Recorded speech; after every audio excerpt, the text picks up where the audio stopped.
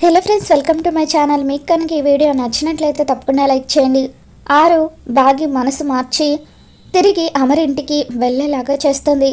దాంతో మనోహరి ఆట కట్టించడం కోసమని చెప్పి బాగి అమరింటికి వెళ్ళాలని నిర్ణయించుకుంటుంది. రామ్మూర్తి దగ్గరికి వచ్చి, నాన్న నేను ఆ ఇంటికి వెళ్ళాలని నిర్ణయించుకున్నాను అని చెప్పి అంటూ ఉంటే, ఏ పోరి ఇప్పటి వరకు వెళ్ళనన్నావు కదా, మరి అంతలోకి ఏమైంది అని చెప్పి మంగళ అడ్డుపడుతూ ఉంటే, అప్పుడు బాగి అసలు ఏంటి పిన్ని నీ ప్రాబ్లం, నేను వెళ్తానన్నా ప్రాబ్లమే, వెళ్ళనన్నా ప్రాబ్లమే, అయినా అది నా మెట్టినిల్లు, నా మెట్టినింటికి ఎప్పుడైనా వెళ్ళే హక్కు నాకుంది అని చెప్పి బాగి అంటూ ఉంటుంది.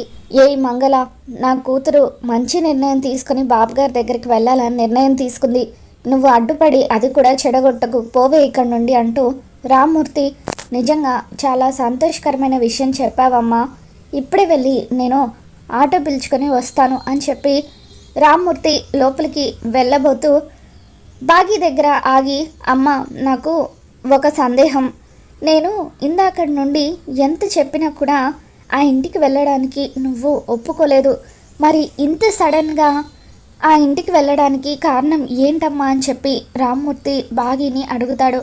దాంతో బాగి, అక్క నా కళ్ళు తెరిపించింది నాన్న, అక్క చెప్పడం వల్లే నేను ఆ ఇంటికి వెళ్ళాలని నిర్ణయించుకున్నాను, నేను ఆ ఇంటికి వెళ్ళకపోవడం వల్ల ఎన్ని నష్టాలు జరుగుతాయో అక్క చాలా క్లియర్గా వివరించింది అని చెప్పి బాగి అనగానే, రామ్మూర్తి అక్క ఎవరమ్మా ఆవిడ అని చెప్పి అంటూ ఉంటాడు. దాంతో బాగి, ఇంతకుముందు హైదరాబాద్లో పక్కింట్లో ఒక అక్క ఉండేదని నేను చెబుతూ ఉండేదాన్ని కదా నాన్న, ఆ అక్క ఇక్కడికి కూడా వచ్చింది, వాళ్ళ బంధువులు ఎవరో ఈ ఊర్లో ఉన్నారట, నిన్న మనం సరస్వతి మేడంని చూస్తున్నప్పుడు ఆవిడ మనల్ని చూసిందట, ఈరోజు నాతో మాట్లాడడం కోసమని చెప్పి మన ఇల్లు తెలుసుకొని ఇక్కడికి వచ్చిందట నాన్న, ఆవిడ లోపలే ఉన్నారు, పద నాన్న నీకు కూడా పరిచయం చేస్తాను అని చెప్పి బాగి రామ్మూర్తిని తీసుకొని లోపలికి వస్తూ ఉంటుంది. ఇంతలో కోయదొర గెటప్లో ఉన్న గుప్తా అక్కడి నుండి జంప్ అవుతాడు. ఆరు కూడా అక్కడి నుండి వచ్చేస్తుంది.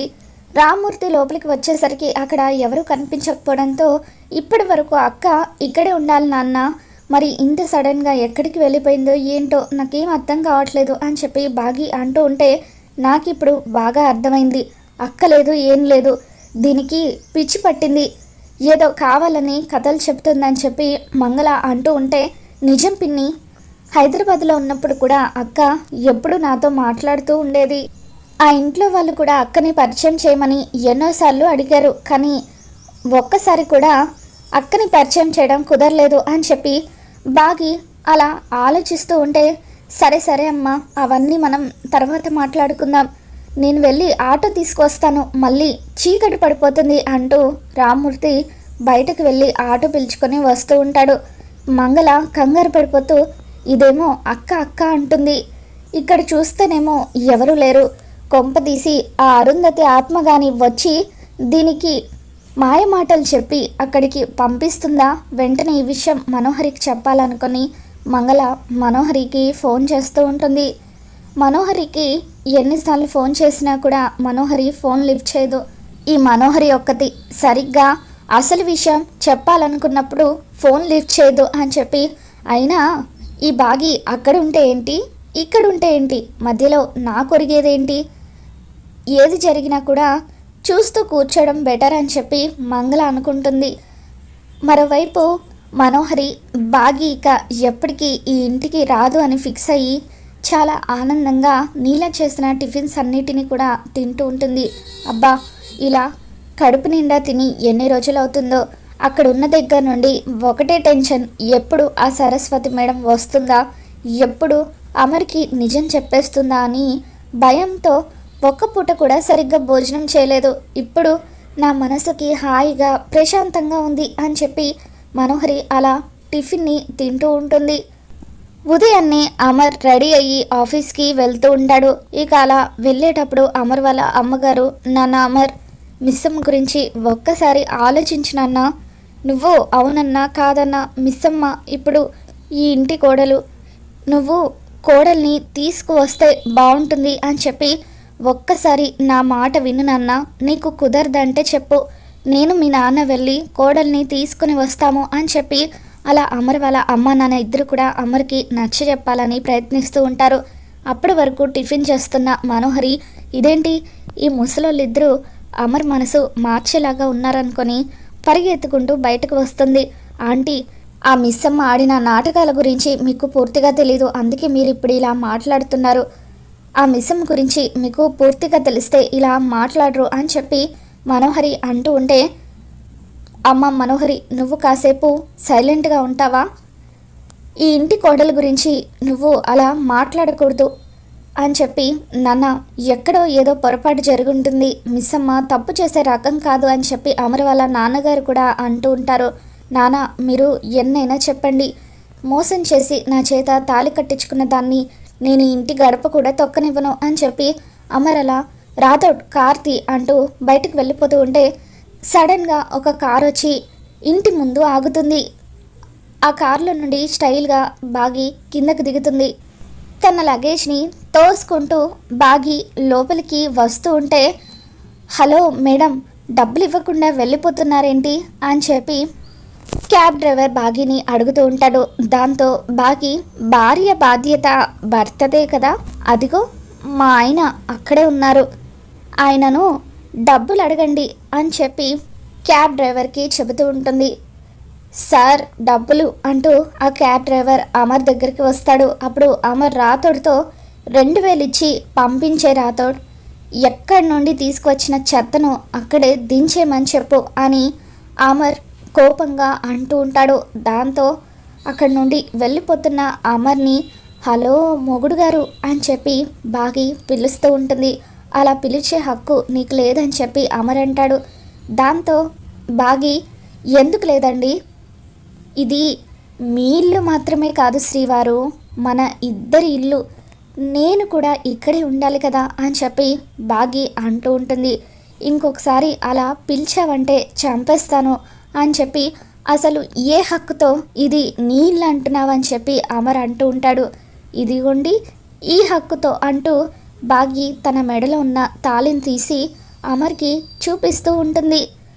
ఈ బాలిక సామాన్యురాలు కాదు, అందరినీ భయపెట్టించే నీ పతిదేవుడిని భయపెట్టిస్తుంది అని చెప్పి, ఈ బాలిక ఆట భలే ఆడుతుంది అని చెప్పి గుప్తా ఆరుతో అంటూ ఉంటే, మరి ఏమనుకున్నారు గుప్తా గారు, నా చెల్లెలు బాగి అంటే అంతా నా ట్రైనింగే అని చెప్పి అలా అంటూ ఉంటుంది.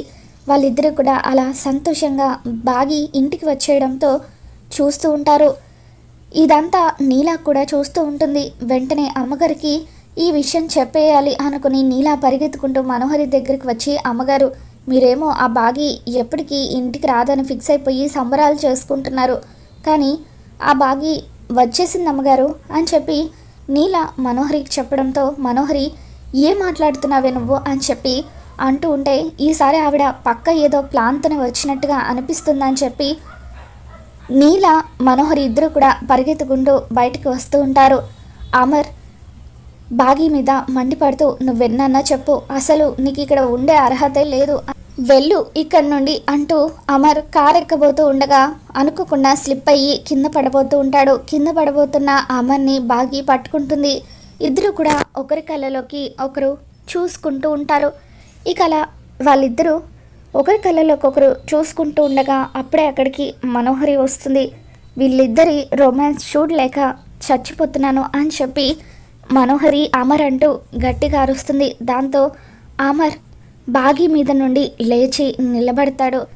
చేసిందంతా చేసి సిగ్గు లేకుండా మళ్ళీ ఏ మొహం పెట్టుకొని ఇంటికి వచ్చిందో అడుగు అమర్ అని చెప్పి మనోహరి అమర్కి కావాలని బాగి గురించి ఎక్కించి చెబుతూ ఉంటుంది. ఇక ఇంతలో అమర్ వాళ్ళ అమ్మగారు బయటకు వస్తారు. మనోహరి అంటూ మనోహరి మీద గట్టిగా అరుస్తూ ఉంటారు. ఏం మాట్లాడుతున్నావు మనోహరి, నువ్వు ఈ ఇంటి కోడల్ని పట్టుకొని మాట్లాడాల్సిన మాటలేనా అవి అంటూ, అమ్మ మిస్సమ్మ, ఈ ఇంటికి వచ్చి చాలా మంచి పని చేశావమ్మా. ఈరోజు నేను అంకుల్ నిన్ను తీసుకురావడానికి మీ ఊరికి వద్దామనుకుంటున్నావు, ఈలోగా నువ్వే వచ్చినందుకు చాలా సంతోషం, రామ్మ అంటూ అమర్ వాళ్ళ అమ్మగారు బాగిని లోపలికి తీసుకొని వెళ్తూ ఉంటే, అప్పుడు అమర్, అమ్మ మీరెన్నన్నా చెప్పండి, తనని నేను ఇంట్లోకి రానివ్వను అని చెప్పి అమర్ అంటూ ఉంటే, ఎందుకు రానివ్వకూడదురా? ఏ సంబంధం లేని మనోహరియే ఇక్కడ ఉంటుంది. మరి ఈ ఇంటి కోడలైన మిస్సమ్మ ఇక్కడ ఎందుకు ఉండకూడదు? ఇక్కడ ఉండడానికి తనకి అన్ని అర్హతలు ఉన్నాయి అని చెప్పి అలా బాగీని అమర్ వాళ్ళ అమ్మగారు లోపలికి తీసుకొని వెళ్తూ ఉంటారు. ఇక అప్పుడు మనోహరికి ఒళ్ళు మండిపోతూ ఉంటుంది. నీల మనోహరితో మెల్లిగా, చూసారా అమ్మగారు, సిగ్గు లేకుండా ఇంకా మా ఇంట్లో ఎందుకు పడి ఉంటున్నావని ఇండైరెక్ట్గా ఆ పెద్దావిడ ఎలా మీ గురించి మాట్లాడుతుందో అని చెప్పి అంటూ ఉంటే, నువ్వేమీ ఆవిడ అన్న మాటల గురించి విడమర్చి నాతో చెప్పాల్సిన అవసరం లేదు, లోపలికి పద అని చెప్పి మనోహరి నీలాతో అంటూ ఉంటే, అమర్ పద రాతోడ్ అని చెప్పి రాతోడ్ని తీసుకుని ఆఫీస్కి వెళ్ళిపోతూ ఉంటాడు. మరోవైపు రాతోడ్, మిస్సమ్మ మళ్ళీ ఈ ఇంటికి వచ్చినందుకు చాలా ఆనందంగా ఉంది. ఖచ్చితంగా మిస్సమ్మ ఏదో ప్లాన్తోనే ఈ ఇంట్లో అడుగుపెట్టినట్టుంది అని చెప్పి, భగవంతుడా త్వరగా మా సార్ మిస్సమ్మ ఇద్దరు ఒకటైతే చూడాలనుంది. ఆరు మేడం చనిపోయిన తర్వాత ఈ ఇంట్లో దూరమైన సంతోషం మళ్ళీ మిస్సమ్మ రూపంలో రావాలని చెప్పి రాతోడు అనుకుంటాడు.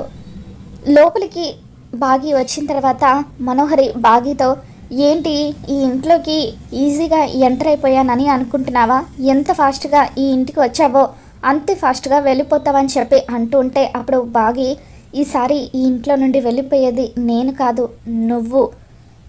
ఖచ్చితంగా నిన్ను మరొక వారం రోజుల్లో ఈ ఇంటి నుండి బయటకు వెళ్ళేలాగా చేస్తాను, అది కూడా శాశ్వతంగా. ఇక ఎప్పటికీ నేను ఈ ఇంటి గడప తొక్కనివ్వను అని చెప్పి, ఇక మీదట ఈ బాగి ఆట ఎలా ఉంటుందో నువ్వు అస్సలు ఊహించను కూడా ఊహించలేవు అని చెప్పి మనోహరితో బాగి ఛాలెంజ్ చేస్తూ ఉంటుంది.